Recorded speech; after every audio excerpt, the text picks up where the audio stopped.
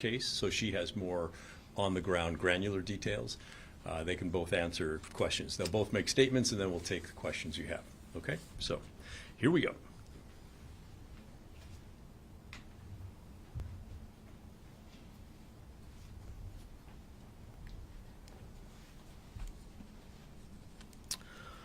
Well, good morning, and thank you so much for being here today. I really appreciate the opportunity to address everyone. This office has resolved the Ayden Heard matter, the state of Oregon versus Ayden Heard. But really today, what I'd like to talk about and focus on is Ava Crews. This is the young woman that was tragically lost, who died in this incident. And it's where I'd like to keep our focus. She was a very special human that, to her family, of course, was very well loved. She was an amazing part of her high school community, and it was a huge loss to the community of Scappoose. And this is something that I know, when my office responded to this incident, who you're going to hear in a moment from Kinsey Ludwig, we have been deeply involved from the very first day, very first moments that this happened. And it's something that really had a deep impact on us personally, because this is a very special person, and it's such a huge loss to our community. We've worked extremely hard to come to the resolution we did. This is obviously something we take extremely seriously, and in making these decisions and how we resolve these matters, it is how we do it is with the very careful input of the victim's family, and making sure that we are balancing both their wishes with community safety. And through it all, it is our enduring message that this office will always be guided by the idea that we will serve this community with compassionate accountability. And that's what exactly happened here in this matter. I'm going to turn it over to Ms. Ludwig for just a moment, and then we'll be happy to take any of your questions. Good morning. I'm Kinsey Ludwig. I am a deputy district attorney. I have been a district attorney for about 6 years now. I was the attorney who responded to the scene on May 18th of 2025. And I can tell you from instantly, the second that I responded to the scene, that this was going to be a very different case to work on. Since May 18th, this case has changed me personally and professionally, but most of all, it changed the lives of those who loved, cared for, and cherished Ava. And Ava would have turned 18 yesterday. She was full of life, committed to becoming an Oregon Duck to study child psychology. She gave back to her community in many ways, and specifically young children she cared for at an after-school program. As Ava's mother has stated repeatedly, and I want to encompass her own words, since the moment that this tragedy happened, Ayden Heard in respect to their family and all the other victims who were involved in this. He has done everything that we have asked of him and more throughout the pendency of the case, as well as even now afterwards. We are very confident that he will continue to honor Ava's legacy and continue to walk through life to honor her. And as you all can see through the various photographs that we have here, Ava now has a scholarship fund that has been put in place for a Scappoose high school student, and the family will work together with a Scappoose high school student who plans to attend a college, university, trade program, or even community college. And it will go to a student who has experienced or wants to serve those who struggle with mental health, as well as the youth in the community. But in all, thank you all for being here. Yeah. Okay, can we answer any questions that you may have at this time? Can you take us through, this is a little bit of an unusual type of sentence that was reached. Can you take us through a little bit of that so people have a better understanding of this in this particular case? Yes, so Ayden was merely only days into being 18 years old We generally do not have people coming through the justice system in these types of cases that are this young. And so that was one factor that we heavily took into consideration in the fact, again, that he was only a few days into being an actual adult. In addition to the fact that the general location, the type of vehicle that was involved, and various other factors of the scene itself. And also, can you speak to the fact that her family was involved in recommendations relative to sentencing? Yes, Brooke and Ryan Crews have been active in their support for Ayden, and both vice versa, I would say, as well.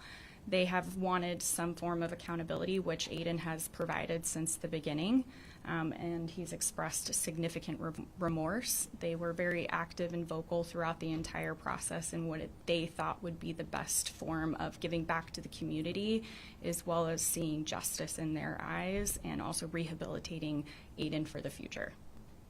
When you say this is a little bit unusual, how would you say in what way?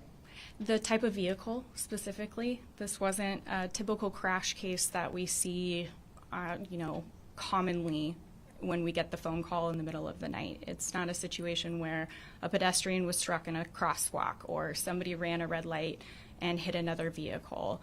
This was a situation that happened on a private property, which we often really do not ever see. And then on top of that, this involved a side-by-side or a utility vehicle. Let me jump in here real Yes. quick. When we talk about, these decisions, we carefully look and staff these, and ultimately it is my decision about what type of plea offer we're going to extend. And I'll tell you that what stood out for me certainly was the wishes of Ava's family. But additionally, in this case, I would say extremely early and very often, what we heard out of this young man was that he wanted to take accountability, that he was immediately taking steps to, to engage in things like treatment, and he was certainly working with the victim's family. He has never shied away from accountability in this and his responsibility for what happened, and those were big factors.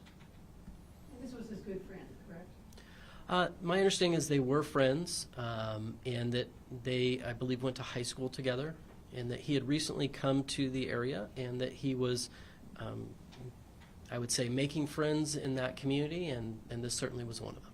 Just so we have it on the tape, can you describe what the plea deal was? What has he agreed to? Yes. He has agreed to plead guilty. It's extensive, so give me a moment. To criminally negligent homicide.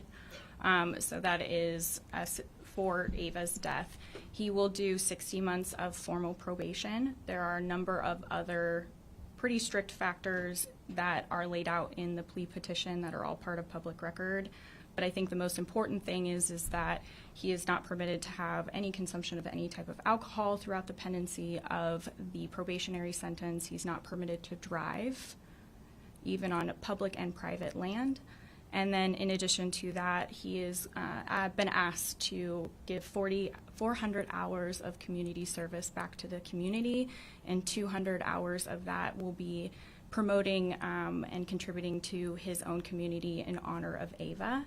Additionally, he is going to also speak at victim impact statements as well about his experience in this particular instance, so that people who are going through the system who have somewhat similar experiences can understand firsthand what he also went through to hopefully make a difference. Yeah, a big part of that, the design, is that he can give back to the community, and this was in large part the victim's family's wishes, that he can speak to other individuals that maybe are going through what we call our victims impact panel. Those are individuals that are arrested for drunk driving, but maybe have not hurt someone. So he will be sharing his story, so that hopefully it will bring home to those individuals the danger of that behavior, and that hopefully it'll be saving lives. That's the goal. And is it unique just because of all of these factors for a guilty plea of criminally negligent homicide to go without jail time because of all the other factors at play in this case? Yeah, I would say it is unique. This is not, in any respect, a case that we normally see and a resolution we normally see.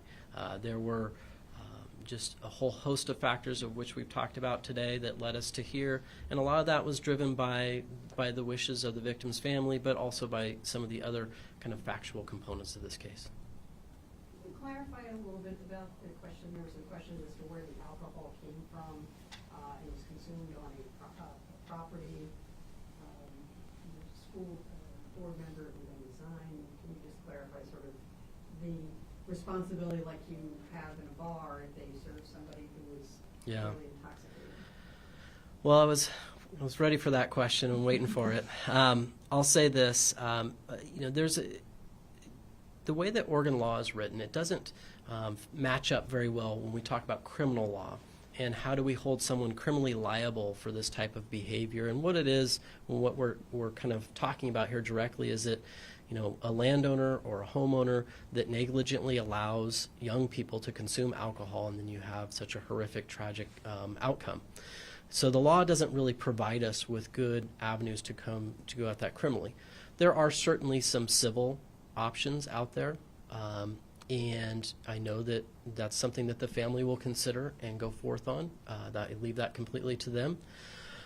When it comes to the criminal component, we had limited, I would say, evidence that connected us directly back to the homeowners. Would we like that evidence? Absolutely. We certainly worked with investigators and the people that were willing to talk to us, and we looked for that and searched for that. We welcome that evidence. If that were to come to us in the investigation, we would certainly look at criminal charges, and if we were able to bring them, we would. So would that be, in other words, in the case that there was a keg that was found at the property? Is Sure. there a difference between what was provided or what was consumed? Yeah, let me run you through what I call a hypothetical. Is that a keg? Well, if there was a keg and then there was a receipt, and then the receipt was that the homeowner bought that keg, and that this had been happening for weeks, and there was multiple people hurt. These are all factors we're going to look at and try to decide. But again, it's those pieces of evidence that would lead us back to that chain of then coming back to, okay, what criminal law has been violated, and that's where we would look. In this situation, it's not, those links in the chain are not as clear, or we don't have the evidence that currently to bring forward that case. Welcome anybody who wants to talk to us. Yes, I would certainly say, again, if there are individuals out in the community that have that information, we encourage them to come forward with that, and we would happily take a look at any and all evidence that would lead us down that road. Any other questions? Going once, going twice. All right. Thank you so much. I really appreciate your time here today.